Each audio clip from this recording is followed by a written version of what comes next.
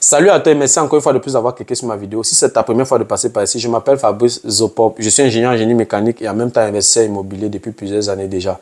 Pendant ces années, j'ai bâti un patrimoine immobilier assez considérable, si bien que je peux te parler des finances et d'investissement immobilier avec autorité. Dans cette chaîne, je parle de 4 thèmes. Je parle d'intelligence financière, je parle d'investissement immobilier, je parle des faits de société, je parle également de sport. Voilà, si ces 4 thèmes t'intéressent, abonne-toi tout simplement à cette chaîne pour ne manquer aucune vidéo. Si en plus de ça, tu actives la cloche de notification, alors tu recevras de manière automatique une notification lorsqu'une nouvelle vidéo sera publiée. Si tu as des questions, des remarques, des suggestions, des critiques ou alors des propositions d'amélioration, n'hésite pas de m'écrire en commentaire. Un like me ferait énormément plaisir. Si tu as besoin de mon expertise, tu peux me contacter à tout moment via les coordonnées qui s'affichent à l'écran. Tu peux également me recommander auprès de tes proches pour leur permettre de profiter également de mes connaissances. Quand je parle de connaissances ici, je parle d'accompagnement immobilier, je parle de formation immobilière. La formation peut être physique, la formation peut être virtuelle. Je parle également d'accompagnement dans la fiscalité immobilière. Si tu investis dans l'immobilier et tu ne t'y connais pas dans la fiscalité immobilière, tu peux également me contacter. Nous allons s'asseoir et puis nous allons, n'est-ce pas, nous allons nous asseoir et nous allons trouver une stratégie comment faire pour réduire ta charge fiscale.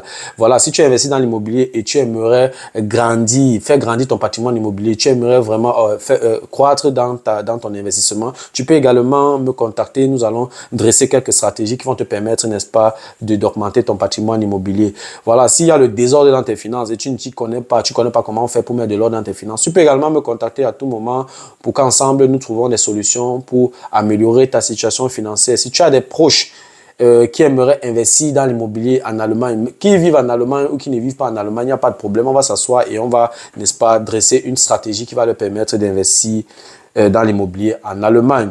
Voilà, dans la vidéo d'aujourd'hui, voilà, je vais également parler de l'intelligence financière aujourd'hui.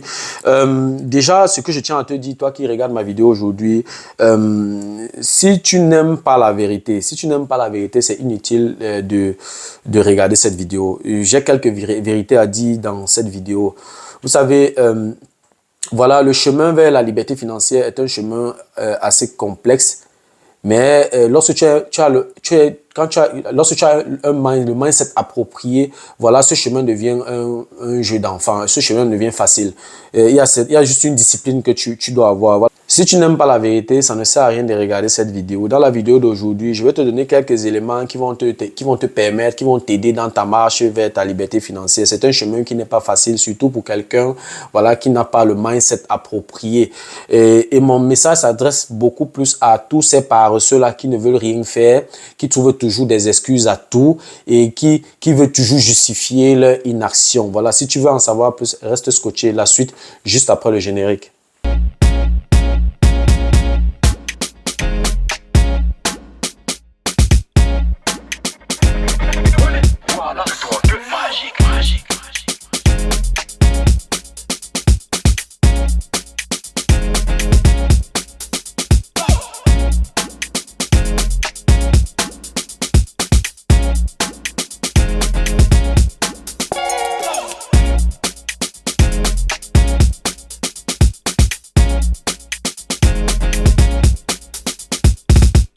Voilà, comme je l'ai énoncé à l'introduction, j'aimerais m'adresser à tous ces paresseux-là qui sont toujours en train de justifier leur inaction, à tous ces paresseux-là qui trouvent toujours des excuses à tout.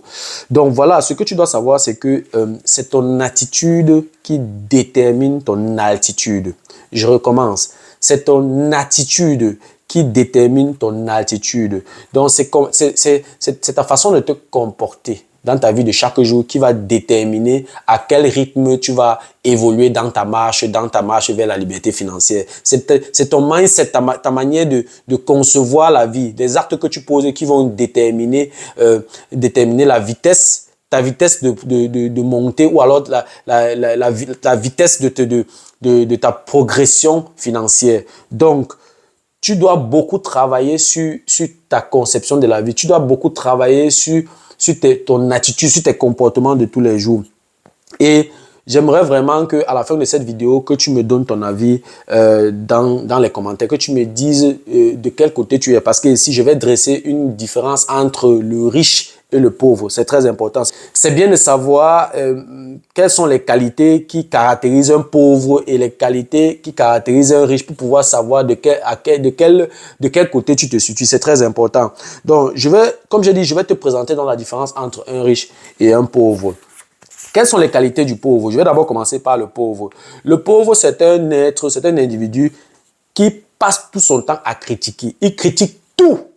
Et généralement, ce sont des personnes qui ne proposent jamais rien. Ils sont toujours en train de critiquer. Ça, c'est une qualité particulière du pauvre. La deuxième qualité du pauvre, c'est que le pauvre, c'est un spectateur. Le pauvre, c'est un spectateur. Celui-là qui est toujours en train de regarder les autres faire, trouver les moyens pour critiquer. Toujours en train d'observer, de regarder les choses, mais ne pose jamais d'acte. Toujours en train d'observer pour critiquer. Observer pour critiquer. Ça, c'est la deuxième qualité du pauvre. Le pauvre est un spectateur. Et la troisième qualité du pauvre, c'est que le pauvre, c'est d'abord quelqu'un de radin. C'est quelqu'un de radin, de chiche. Voilà la troisième qualité du pauvre. Donc, si tu te retrouves dans une situation où tu es toujours radin, tu es toujours chiche, sache que tu es destiné à être un pauvre. Donc, si tu veux quitter de ce côté-là, tu dois tout faire pour ne plus être trop critique. C'est vrai, critique dans la mesure où tu amènes ça dans une direction où tu peux te trouver une solution et te faire de l'argent. Ça, c'est la critique. C'est-à-dire critique pour ne pas seulement rester sur la critiquer, rester tranquille, mais critiquer, trouver une faille dans cette critique-là, n'est-ce pas, pour pouvoir trouver une solution et proposer et se faire de l'argent. Mais critiquer et rester tranquille comme le pauvre le fait, si tu dois éviter, si tu veux changer de camp. Le pauvre, c'est celui-là qui consomme tout, qui est toujours dans la consommation. Sa spécialité, sa filière, sa matière de base, c'est la consommation. Toujours prêt à consommer. Dès qu'on a sorti le premier iPhone 15, directement, il est le premier à aller vouloir acheter, même s'il n'a pas d'argent. Il préfère aller prendre même un crédit à la consommation pour s'acheter un iPhone 14, 15. Pourtant, il n'a pas la capacité financière pour s'offrir un iPhone 14. Déjà, même le fait d'aller prendre un crédit à la consommation pour acheter un iPhone 14 veut déjà dire qu'il ne peut pas s'acheter un iPhone 14. Il est déjà là au-dessus de ses moyens. C'est de ça qu'il s'agit. Le pauvre, c'est un sabitou. Le pauvre connaît, il sait tout. Il est expert en tout, il connaît tout. Et ça, c'est une qualité que je rencontre beaucoup. C'est-à-dire que le pauvre connaît tout. Il n'y a pas quelque chose que le pauvre ne connaît pas. Ce qui est curieux, c'est qu'il connaît tout et il critique tout et il ne fait rien. C'est ça qui est curieux dans cette histoire. Le pauvre est un être jaloux. Le pauvre est constamment jaloux. Moi, je trouve ça quand même incroyable. Tu vois quelqu'un qui a réalisé quelque chose, va vers lui. Demande-lui comment il a fait pour réaliser ça et puis cherche à voir aussi les secrets et les connaissances, même s'il faut que tu payes de l'argent. C'est comme ça que quelqu'un doit se comporter lorsqu'il est vraiment intéressé par ce que tu as réalisé. Mais le pauvre, il jalouse, il va tout faire pour te mettre les bâtons dans les roues. Au lieu d'être curieux, chercher à connaître quelle stratégie tu as utilisée, n'est-ce pas, pour devenir comme toi. Non, il va te jalouser et c'est où on parle de sorcellerie, d'empoisonnement et tout le reste. C'est ça, c'est l'une des qualités du pauvre. Le pauvre ne poursuit que ce qu'il connaît. C'est-à-dire que le pauvre ne va jamais aller dans un couloir. Il aime bien sa zone de confort. Le pauvre ne va jamais aller dans un couloir qu'il ne maîtrise pas. Il va toujours chercher à vouloir faire ce qu'il sait que ça va réussir, dans des choses qu'il sait que ça va réussir. C'est ça que le pauvre aime. Or, c'est dans les défis, c'est dans les difficultés, trouver des trucs un peu complexes, trouver une solution maintenant. En proposant la solution, maintenant, tu te fais de l'argent. Donc, le pauvre aime bien sa zone de confort. Et la particularité principale du pauvre, c'est que le pauvre, c'est un peureux. Il a peur. Et comme il a peur, il n'agit pas. Dès qu'il y a un investissement, il a peur. Dès qu'on lui parle de 5 000 euros, 10 000 euros d'investissement et tout, il a peur. Le pauvre a constamment peur. Et comme il a peur de manière automatique, la conséquence logique, c'est l'inaction. C'est clair. Ça, ce sont les qualités du pauvre. Parlons donc des qualités du riche. La qualité première, n'est-ce pas, du riche, c'est la curiosité. Le riche, c'est quelqu'un de curieux. Un riche, ou alors si tu aspires à être riche, tu dois être curieux. Tout ce que tu vois, tout ce qui bouge, ça doit attirer ton attention, ça doit activer ton cerveau. Tu vas toujours, dans toutes les choses qui bougent, toutes les choses qu'on peut toucher, il y a toujours un élément, ou alors il y a quelque chose que tu peux concevoir derrière pour te faire de l'argent. C'est comme ça que ça se passe, c'est comme ça que les nations étaient bâties, c'est comme ça que l'économie évolue, c'est comme ça que les gens ont créé des choses, c'est comme ça que les richesses se créent. Donc, le riche, c'est celui-là qui est curieux. Tout est important, tout est intéressant. Tout est intéressant. La deuxième qualité du riche, c'est l'action. C'est l'action, c'est-à-dire que le riche, c'est un acteur. Donc, c'est un acteur. Dès qu'il voit quelque chose et qu'il il voit quelque chose, il observe, il essaie de voir comment est-ce qu'il peut transformer cette chose-là en richesse, comment il peut faire pour avoir des revenus et tout. Il est toujours en train de poser des actes. Il est sur le terrain, il est actif. Donc, ça, c'est une qualité, une qualité du riche. Une autre qualité du riche, c'est la générosité. Vous savez, quand tu es généreux, quelqu'un va me dire que oui, j'entre déjà dans les croyances. Ce n'est pas une croyance. Quand tu es généreux, tu ouvres les portes, tu ouvres tes portes. Donc la générosité est très très importante pour quelqu'un qui aspire à la richesse, mais pour quelqu'un qui est riche. Vous allez voir, tous ceux qui sont riches, si tu veux être riche, ne néglige pas cet aspect. La générosité, c'est très important. Tu peux être généreux avec quelqu'un, et c'est ce même quelqu'un-là qui t'ouvre les portes d'une affaire plus tard. C'est très important. Ça ne sert à rien d'être radin, d'être chiche. Parce que tu peux donner 1000 euros ici et puis derrière la même personne, plus tard, tu récupères 5000 euros. Donc, le fait d'être même généreux, c'est une manière indirecte d'investir. Je ne dis pas d'être aveugle et accepter tout ce qu'on te demande. Non, il faut être généreux. Ça, c'est une qualité du riche. Et contrairement au pauvre, le riche, c'est celui-là qui produit, qui est toujours dans la création des richesses. Dès qu'il voit quelque chose, il cherche à créer une idée qui va lui générer des revenus. Donc, il est toujours en train de produire quelque chose. Ce n'est pas comme le pauvre qui est dans la consommation. Lui, il est dans la production. Il est toujours en train de produire. Comment il va faire pour multiplier ceci? Comment il va faire pour que cette chose-ci me rapporte de l'argent? Ça, c'est une qualité du riche. Le riche, c'est celui-là qui ne se dit pas sabitou, mais qui se dit toujours ignorant. Vous allez toujours voir. Même tous ces riches que tu peux voir là, ils sont toujours en train d'apprendre. Pour eux, ils ne connaissent rien. Pour eux, ils sont toujours en train de chercher, ils sont toujours en train de lire. Ils ont déjà des costauds patrimoines financiers, mais ils sont toujours en train de lire. En fait, ils ne connaissent rien, ils se font enseigner par des experts. Ils apprennent tous les jours. Parce que pour eux, ils ne connaissent rien. Ils cherchent toujours à optimiser leur production. Ils cherchent toujours les voies et moyens, comment faire pour épargner. Donc, en fait, ils sont toujours dans l'optique de grandir.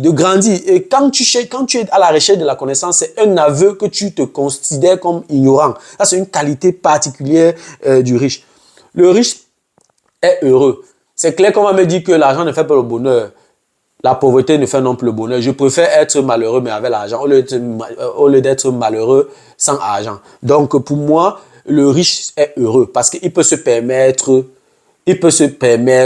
certains débordements. Il peut se lever un matin, il s'offre des vacances à la Côte d'Azur. Il peut se lever un matin, il s'offre les vacances à la Côte d'Azur, à Mallorca. Il peut se lever un matin, il se fait plaisir. Donc, du coup, je veux dire qu'il peut se permettre certaines choses que le pauvre ne peut pas. Donc, pour moi, le riche est heureux. Maintenant, on ne va pas entrer dans l'aspect philosophique parce que je sais que vous êtes très fort pour voir les contournements des propos des gens. Mais je suis juste en train de dire ici que quelqu'un qui a son argent a un minimum de bonheur parce qu'il peut se permettre ce qu'il veut. Donc, c'est ça. Et une des particularités qui m'intéresse chez le riche, c'est que le riche, il échoue tous les jours et tous les jours il se relève et il continue. Ça, c'est la particularité du riche. Il ne fuit pas face au premier échec. Il échoue, il apprend de cet échec, il avance. Il va échouer 10 fois, la 11e fois, ça va donner. C'est ça la particularité du riche. Quand tu as ce mindset-là, tu es sur la bonne voie. Donc, pour moi, je mets ça aussi dans l'endurance, dans la persévérance. C'est comme ça. Et quand on regarde même le cycle d'un produit, quand on regarde même le cycle d'un produit, si on essaie de représenter ça sur un graphe, sur l'axe des ordonnées, par exemple, on met les coûts et sur l'axe des abscisses, on met le temps. Nous voyons bien que le cycle d'un produit, ça commence toujours en moins. Ça commence toujours dans la perte. Tu perds. À un moment donné, la courbe change de sens et ça commence à monter. À un moment donné, tu commences à faire le gain. C'est comme ça. Donc, le riche, c'est celui-là qui échoue. Pour lui, la période d'échec, c'est la période d'apprentissage. Et une fois que ça prend, ça a pris. C'est comme ça. Il échoue, il continue. Ça, c'est la particularité du riche. Une autre particularité, ou alors une autre qualité du riche, c'est que le riche, il a cette peur. Chaque individu, chaque être humain a peur. Il faut qu'on le dise. Chaque être humain a peur. Le riche a peur, c'est vrai, mais il agit quand même. C'est-à-dire qu'il a peur, il voit un investissement, peut-être il ne maîtrise pas, il a peur, mais il agit quand même. il voit un investissement, il apprend comment il va faire pour gagner de l'argent là-bas, il apprend comment il va optimiser cet investissement et puis, malgré cette peur-là, il se lance. Vous pensez que tous ces messieurs qui investissent par exemple dans le trading, dans les actions et tout, ils ne voient pas comment il y a les chutes, il y a les montées, il y a les descentes, avec toute cette volatilité-là, cette spéculation-là et tout.